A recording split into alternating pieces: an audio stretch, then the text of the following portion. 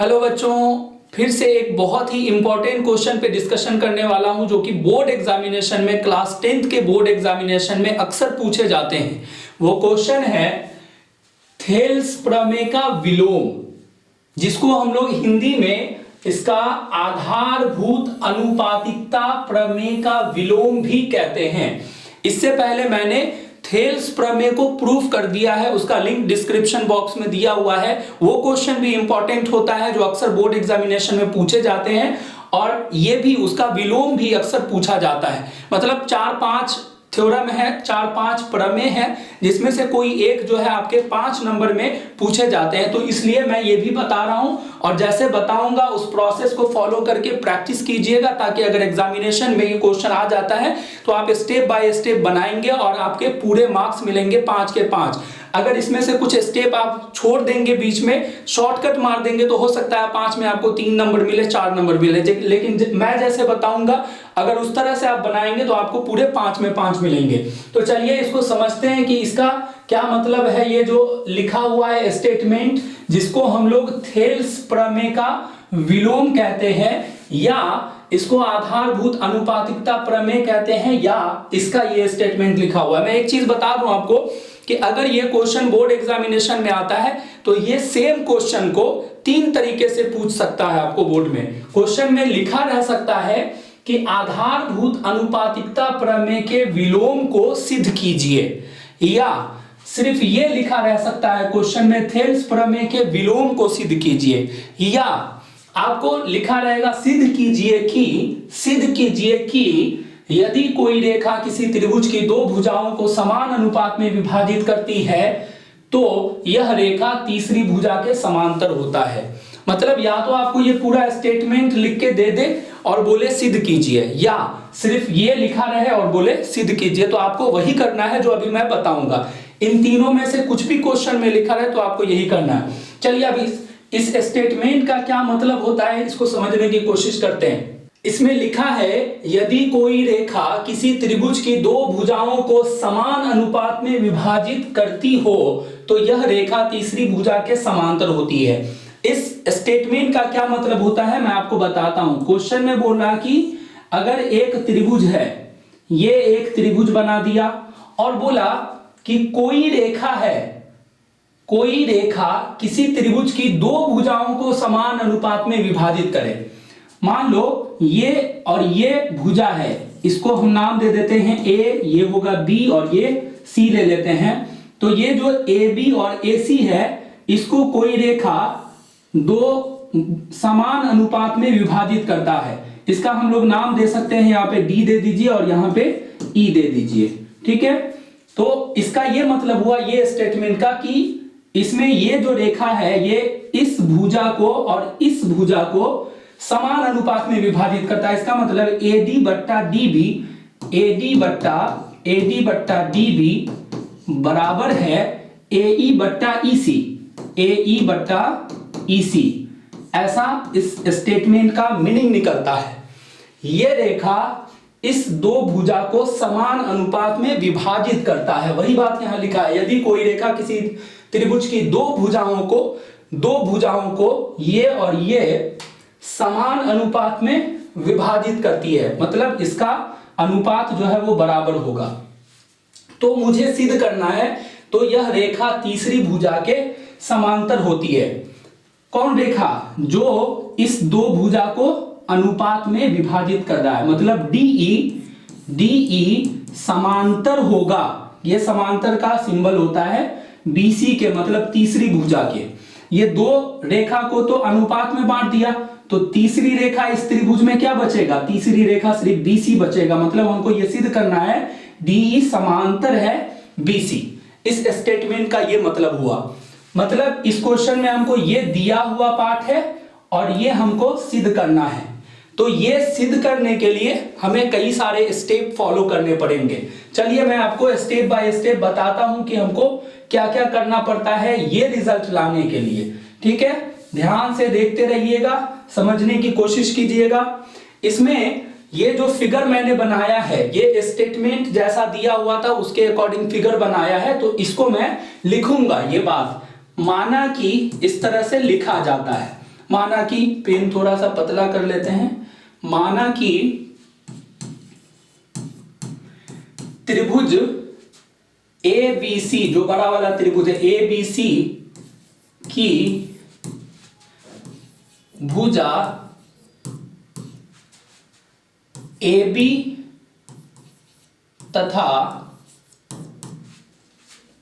तथा AC को भुजा DE इस प्रकार विभाजित करता है कि ये इस प्रकार इसको विभाजित कर रहा है कि AD बट्टा DB बराबर है AE बट्टा EC,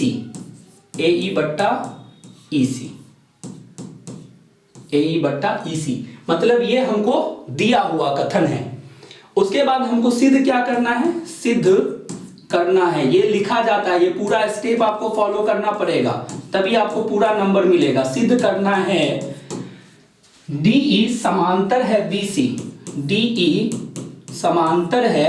BC, उस स्टेटमेंट का ये मीनिंग हुआ। अब देखिए ये पोर्शन मुझे दिया हुआ है ये, और मुझे ये प्रूफ करना है, ऐसा ला के दिखाना है स्टेप फॉलो करके। तो ये लाने के लिए हमें इस त्रिभुज में कुछ एक्स्ट्रा काम करना पड़ेगा जिसको हम लोग रचना कहते हैं। रचना देखिए क्या करना पड़ेगा, यहां से E से मैं इसके सामने वाली रेखा पे लंब डालूंगा, मतलब यहां पे 90 डिग्री बनाने वाला एक रेखा खींचूंगा, ये लंब, तो इसको हम लोग नाम दे देते हैं N। और यहां से एक लंब रेखा जो है सामने वाली भुजा पे डालूंगा, इसको मैं नाम दे देता हूं M। कंफ्यूज नहीं होना है, या इधर M ले सकते हैं इधर N ले सकते हैं। उसके बाद इसको मैं मिलाऊंगा, D को C से मिला देना होगा, फिर E को B से मिला देना होगा। ये एक्स्ट्रा काम किया गया है जिसको हम लोग रचना कहते हैं। इसमें जो किया गया है इस फिगर में एक्स्ट्रा काम, यहां से लंब डाला गया है, D से DM लंब डाला गया। अच्छा एक चीज इसमें मैं ये कर सकता हूं, यहां पे मैं क्या करता हूं, यहां पे मैं M ले लेता हूं, ठीक है, क्योंकि पिछले वाले जो थेल्स प्रमेय को प्रूफ किया था उसमें M ही लिया था, और यहां पे N ले लेता हूं, ताकि आप अगर पिछला वीडियो देखेंगे तो आपको एग्जैक्ट यहां से मैच करेगा और ये बहुत इजी लगेगा आपको, क्योंकि इसमें मैं वही करने वाला हूं जो पीछे प्रोसेस किया था थेल्स प्रमेय को प्रूफ करने के लिए। तो ये जो भी काम किया गया है मैं उसको यहाँ पे रचना करके लिखूंगा। रचना, जो एक्स्ट्रा काम करते हैं फिगर में वो लिखा जाता है। रचना क्या किया गया है, E से EM जो है AB पर लंब डाला है, EM AB पर लंब डाला है। 90 डिग्री वाला जो कोण बनाता है जो रेखा, उसको लंब बोलते हैं। तो EM जो है लंब है AB, तो E से, इसको ऐसे हिंदी में लिखेंगे, E से EM लंब AB तथा D से DN लंब AC खींचा। यहां पे स्पेस थोड़ा कम है, ध्यान से, खींचा, ये इतना लिखना पड़ेगा। उसके बाद क्या किया गया है, C को D से, B को E से मिलाया, C को D से तथा B को E से मिलाया। इतना काम आपको करना पड़ेगा, ये लिखना पड़ेगा। ये लिखे बिना अगर आप सीधे इसके प्रूफ पे चले जाएंगे तो आपको नंबर कम मिलेंगे, इसलिए इसके पूरे स्टेप को फॉलो करना होगा। अब देखिए हम लोग क्या करने वाले हैं अगले स्टेप में। अगले स्टेप में हम लोग प्रमाण लिखने वाले हैं, मतलब अब इसको हम प्रूफ करने जा रहे हैं। अभी तक जो लिखा है ये तो इस स्टेटमेंट के अकॉर्डिंग ये हुआ, और सिद्ध क्या करना है वो लिख दिया, और एक्स्ट्रा काम क्या किया गया है इस फिगर में वो कर दिया। अब देखिए मैं क्या करने वाला हूं, मैं प्रमाण लिख करके, प्रमाण ये त्रिभुज ऊपर वाला जो ये वाला है इसका नाम हम लोग दे सकते हैं ADE, त्रिभुज ADE का क्षेत्रफल, त्रिभुज ADE का क्षेत्रफल निकाल रहे हैं। त्रिभुज ADE का क्षेत्रफल बराबर होगा 1/2 गुने आधार गुने ऊंचाई। किसी भी त्रिभुज का क्षेत्रफल जो है वो 1/2 आधार गुने ऊंचाई होता है, जूनियर क्लास में भी पढ़ाया जाता है। तो आधार क्या होगा इस त्रिभुज में, हम लोग आधार इसको लेंगे, A से लेके D तक का जो डिस्टेंस है इसको हम लोग आधार मानेंगे। तो आधार की जगह AD लेते हैं, तो ऊंचाई क्या होगा, आधार गुने ऊंचाई जो है इस लाइन पे 90 डिग्री वाला जो रेखा होगा ये EM हो जाएगा, EM। अब अगला हम लोग फिर से काम करेंगे इस त्रिभुज में, ये देखिएगा ध्यान से, ये जो त्रिभुज है यहां से लेके ये वाला त्रिभुज, इस त्रिभुज का क्षेत्रफल निकालेंगे। त्रिभुज का नाम होगा BDE, त्रिभुज का क्षेत्रफल। यहां पे स्पेस थोड़ा कम है, हम लोग अगले पेज पे चलते हैं। देख लीजिए ये क्या है, BDE, त्रिभुज BDE का क्षेत्रफल, त्रिभुज BDE का क्षेत्रफल। मैं उसको इरेज करके वहां पे लिख सकता था, बट मुझे वो सब यूज करने हैं इसलिए मैंने उसको इरेज नहीं किया। मैं बार बार उसको पीछे कर करके दिखा दूंगा। त्रिभुज BDE का क्षेत्रफल बराबर फिर से वही फॉर्मूला, आधार गुने ऊंचाई। तो अब हम लोग फिगर में देखते हैं कि BDE जो था, ये वाला फिगर जो है ये वाला, इसमें आधार हमको लेना है DB, आधार लेना है DB। तो ऊंचाई कौन होगा, इस लाइन पे 90 डिग्री वाला रेखा कौन है। देखने में ये लग रहा है कि ये वाला रेखा जो है ये 90 डिग्री है, लेकिन यहां पे 90 डिग्री नहीं बन रहा, यहां पे 90 डिग्री नहीं बन रहा, ये इस पे लंब नहीं है कि हम इसको ऊंचाई की जगह पे रख दें। तो देखिए फिगर में ये रूल होता है, अगर कोई इस तरह का, ये ऐसे है फिगर, ये ऐसे फिगर है, ठीक है, यहां पे 90 डिग्री का कोण नहीं बन रहा है तो ये रेखा ऊंचाई नहीं होगा। लेकिन अगर मैं बोलूं इस त्रिभुज को ऊंचाई चाहिए, इसके ऊंचाई को दिखाना ही है, तो आप कैसे दिखा सकते हैं, आपको ये रेखा को आगे बढ़ाना होगा और तब यहां से एक लाइन, एक रेखा यहां पे आएगा जो इसके साथ में 90 डिग्री का कोण बनाएगा। मतलब कि अगर ये त्रिभुज था तो इस त्रिभुज के अंदर 90 डिग्री नहीं बन रहा था, तो इसकी ऊंचाई इसके अंदर न होके इसके बाहर हो जाती है। ये रेखा जब आगे की ओर बढ़ाया जाएगा तो जो रेखा इस पे 90 डिग्री का कोण बना रहा है वही इसकी ऊंचाई होगी। तो यही सेम फिगर इसमें है, ये लाइन जब आगे बढ़ेगा तो यहां पे जो है 90 डिग्री वाला लाइन जो है ये होगा। मतलब इस त्रिभुज में भी जो ऊंचाई है वो EM ही लिया जाएगा, जो कि पीछे लिया गया है। तो इसलिए मैं आधार की जगह क्या लिखने वाला हूं, आधार की जगह लिखने वाला हूं ये DB और ऊंचाई की जगह EM। आधार की जगह DB और ऊंचाई की जगह EM, आधार की जगह DB और ऊंचाई की जगह EM, DB गुने EM, ठीक है। इसलिए अब मैं क्या करूंगा, जो पीछे त्रिभुज का क्षेत्रफल निकाला था, पीछे त्रिभुज का क्या क्षेत्रफल निकाला था, त्रिभुज का क्षेत्रफल, त्रिभुज ADE का क्षेत्रफल, ADE का क्षेत्रफल, इसको फिर से लिखेंगे, त्रिभुज ADE का क्षेत्रफल फिर से लिखा जाएगा और बट्टे में लिखेंगे ये वाले त्रिभुज का क्षेत्रफल, त्रिभुज BDE का क्षेत्रफल, त्रिभुज BDE का क्षेत्रफल और बराबर त्रिभुज ADE का क्षेत्रफल मेरे पास क्या आया था, पीछे दिखाते हैं। त्रिभुज ADE का क्षेत्रफल क्या आया था, ये आया था 1/2 गुने AD into EM, AD into EM। तो यहां पे 1/2 इंटू AD इंटू EM आया था और बट्टे में इस त्रिभुज का क्षेत्रफल क्या आया है, BDE का। देखिए BDE का क्षेत्रफल क्या आया है, 1/2 DB इंटू EM। तो यहां पे लिखेंगे नीचे में 1/2 इंटू DB इंटू EM, ठीक है।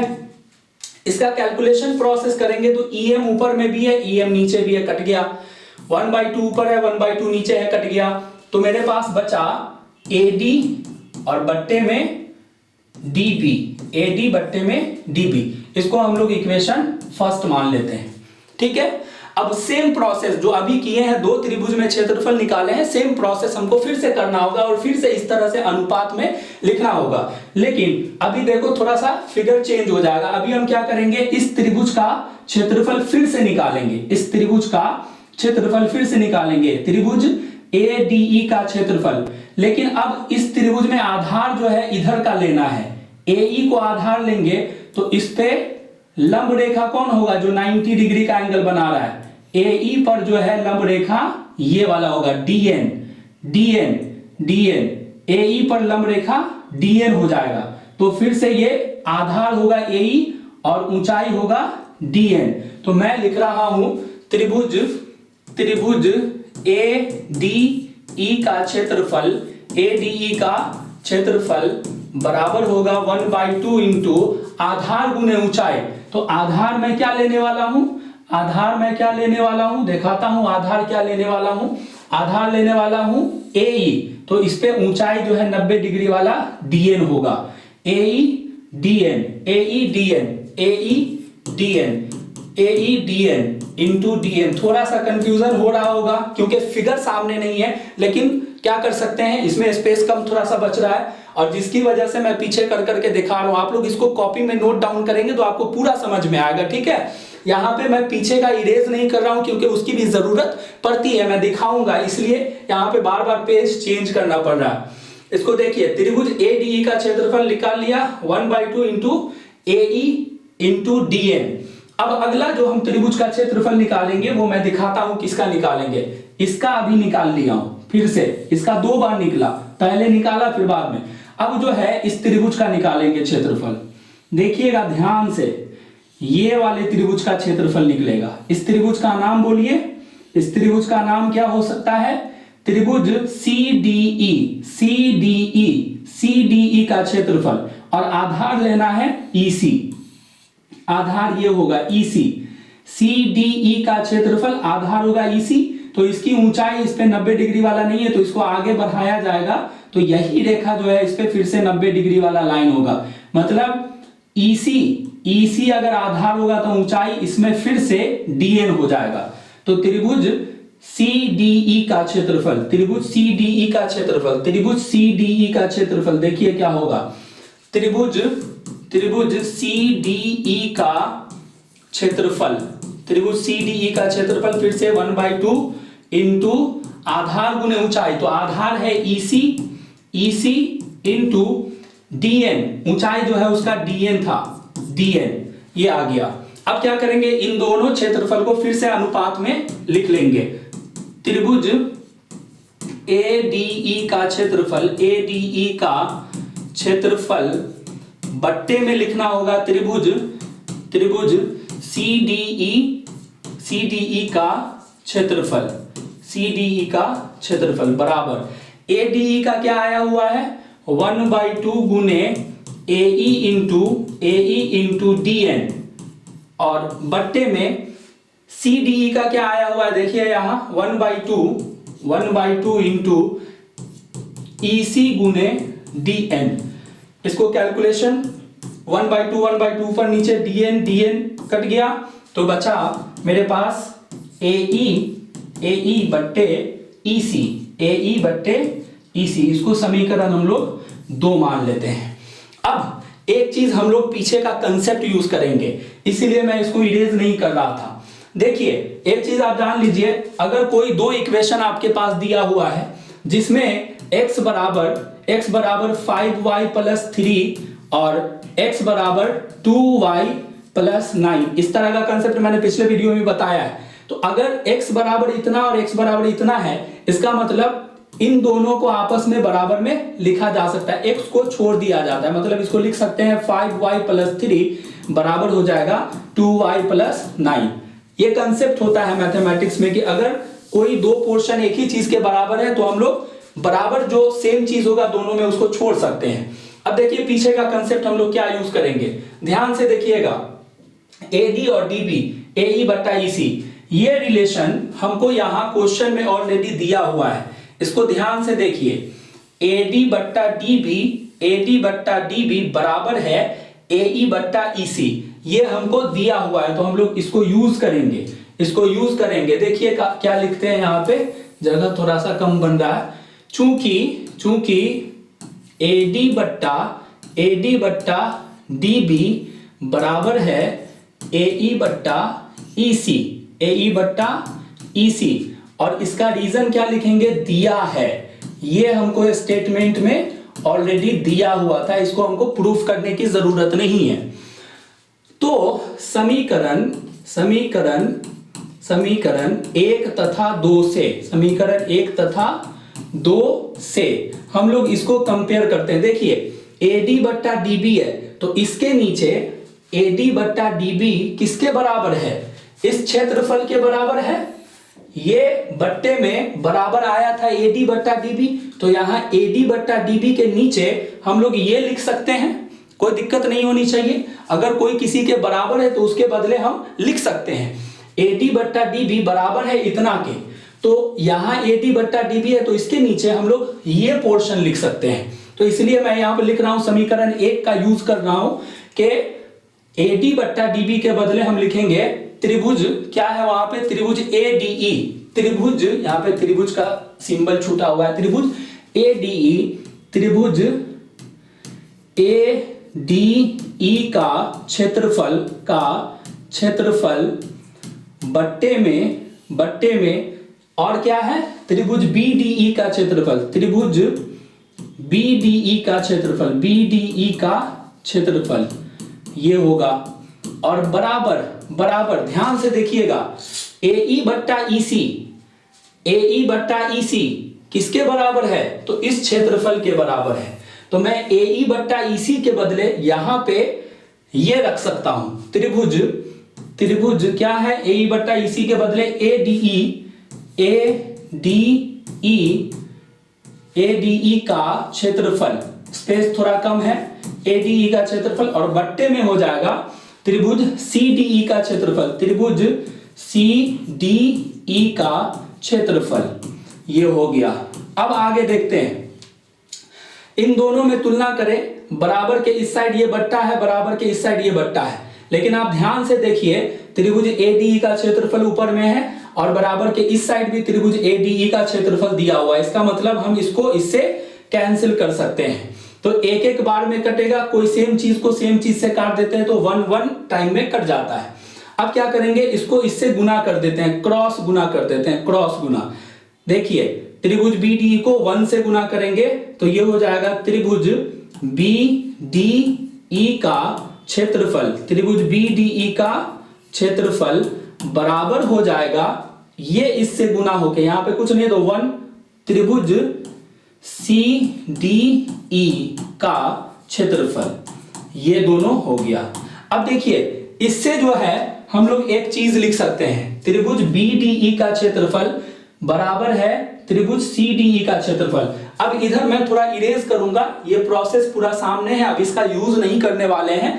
अगर आप लोगों को लिखना होगा तो वीडियो को रोक करके इसको लिख लीजिएगा, ठीक है, क्योंकि उसके बाद हमको थोड़ा सा स्टेप लिखना है। ये दोनों क्षेत्रफल हमको बराबर आ गया। अब हम लोग इसको फिगर में नोटिस करेंगे, फिगर में इसको लिखेंगे, फिगर के अकॉर्डिंग इसमें कुछ लिखना होगा। मैं यहां पे लिखता हूं, लिखेंगे चूंकि, उसके बाद का जो प्रोसेस होगा, चूंकि त्रिभुज BDE तथा त्रिभुज, और कौन सा त्रिभुज है, CDE, त्रिभुज CDE एक ही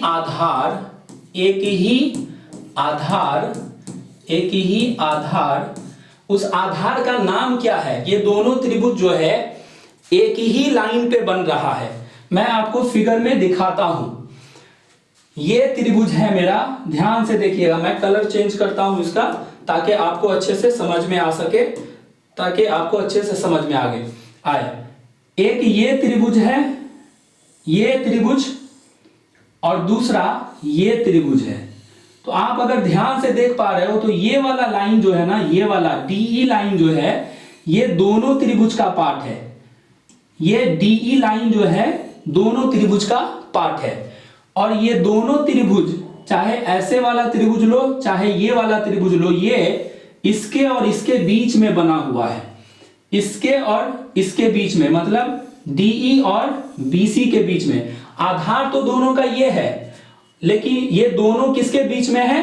तो त्रिभुज जो है वो DE और BC रेखा के बीच में स्थित है। तो इसी बात को मैं लिखने जा रहा हूं, इसी बात को मैं यहां पे लिखना चाह रहा था। चलिए इसको फिर से चेंज कर लेते हैं, इसी बात को लिखना है। एक ही आधार, आधार का नाम था DE, एक ही लाइन पे दोनों त्रिभुज बन रहा था। एक ही आधार DE तथा एक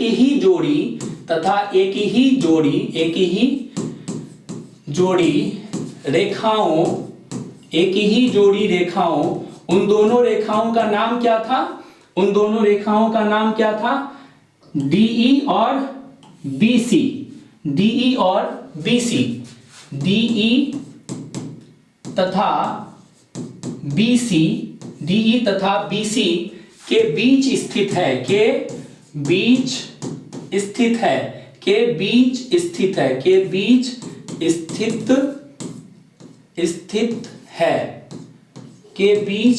है। ये चीज मैंने लिखा है फिगर से देख के। दोनों त्रिभुज जो है एक ही आधार DE पर बन रहा था और दोनों एक ही जोड़ी रेखा के बीच में बन रहा था। तो इसलिए आप ये देखो, किसी दो त्रिभुज का अगर क्षेत्रफल बराबर होता है, मान लो एक रेखा ये है आधार और एक रेखा दूसरा रेखा ये है, इसी आधार पे एक त्रिभुज मैं ऐसे बना रहा हूं, ये आधार पे एक त्रिभुज ऐसे बना दिया, ठीक है। अब यही आधार लेते हुए एक त्रिभुज मैं ऐसे बना दिया, और अगर ये दोनों त्रिभुज का क्षेत्रफल बराबर है तो ये रेखा और ये रेखा समांतर मानी जाती हैं। ये रेखा और ये रेखा समांतर हो जाती हैं। एक ही आधार पे और इसके अंदर बने दो त्रिभुज का क्षेत्रफल बराबर हो तो ये रेखा समांतर मानी जाती हैं। तो यहां पे इस फिगर में यही तो बात है ना, कि ये आधार है और ये एक रेखा है। इसी दोनों रेखा के बीच में ही ये दोनों त्रिभुज जो लिया गया है वो दोनों त्रिभुज स्थित है। इसका मतलब ये हुआ कि मैं ये कह सकता हूं कि ये DE समांतर होगा BC के, DE समांतर होगा BC के। ये स्टेटमेंट लिख देने से ये क्लियर हो जाता है कि हम कह सकते हैं कि DE समांतर होगा BC, इसलिए DE समांतर होगा BC। ये इस तरह से ये स्टेटमेंट जो लिखा है ना, ये इस बात को क्लियर करता है, ये स्टेटमेंट प्रूफ करता है इस चीज को कि अगर कोई एक लाइन के बीच में दो त्रिभुज बन रहा है और उसका आधार एक है तो वो दोनों लाइन जो है आपस में समांतर होगा। तो यही चीज हमको प्रूफ करना था। हम लोग इसको लास्ट में लिख देंगे प्रूफ, या इसको लिख सकते हैं सिद्ध हुआ, हिंदी में भी लिख सकते हैं, या इसको और कुछ लिखना है तो वो भी लिख सकते हैं हम लोग, प्रमाणित ये भी लिख देते हैं। जो आपको मन करे, ये पूरा रिजल्ट लाने के बाद इन तीनों में से कुछ भी लिख दीजिएगा, कंप्लीट हो गया। तो ये पूरा प्रोसेस था जिसमें हमने थेल्स प्रमेय के विलोम को सिद्ध किया है। सारे स्टेप को मैंने एक एक करके बताया है। अगर ये सारे स्टेप को फॉलो करके अगर आप क्वेश्चन बनाएंगे, थेल्स प्रमेय के विलोम को सिद्ध करेंगे, तो आपके 5 में 5 मार्क्स मिलेंगे। चलिए फिर मिलते हैं आपसे अगले वीडियो में। जब तक के लिए इसको जितना ज्यादा से ज्यादा हो सकता है प्रैक्टिस कीजिए। और इससे रिलेटेड मैंने बोला 4-5 थ्योरम आपसे पूछे जाते हैं बोर्ड एग्जामिनेशन में, 4-5 में से कोई एक पूछा जाता है। तो और भी जो थ्योरम है उसके भी मैंने वीडियोस अपलोड कर दिए हैं, उसके लिंक डिस्क्रिप्शन बॉक्स में दिए हुए हैं। उन सबको 1 बाय 1 जो है आप देख करके समझ लीजिए, कॉपी में नोट डाउन कर लीजिए और जितना ज्यादा से ज्यादा हो सकता है प्रैक्टिस कीजिए। चलता हूं, थैंक यू सो मच।